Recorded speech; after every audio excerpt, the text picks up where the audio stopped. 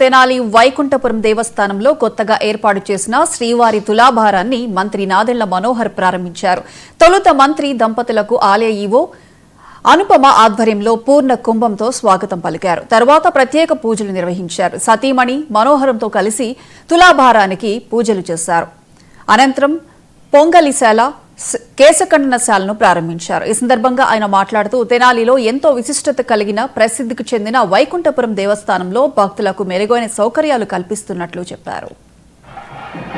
శ్రీ లక్ష్మీ పద్మావతి సమేత వెంకటేశ్వర స్వామి ఆలయం వైకుంఠపురంలో ఒక అద్భుతమైన కార్యక్రమం, సమాజానికి ఉపయోగపడే విధంగా భక్తులకి మరింత సౌకర్యాలు కల్పించే విధంగా దాతలందరూ కూడా ముందుకొచ్చి ఒక అద్భుతమైన కార్యక్రమానికి సహకరించారు. అందులో పెద్దలు కుమారపం సుబ్రహ్మణ్యం గారు దాదాపు 30 లక్షల రూపాయలు ఆయన అందించడం జరిగింది.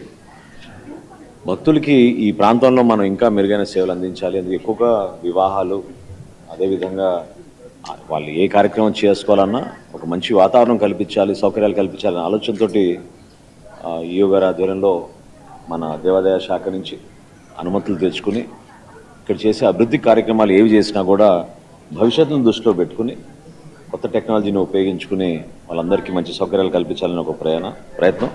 తులాభారంతో పాటు ఈరోజు మనం పొంగల్శాల, అదేవిధంగా కేశఖండనశాల ఈ 3 మనం ప్రారంభించుకున్నాం.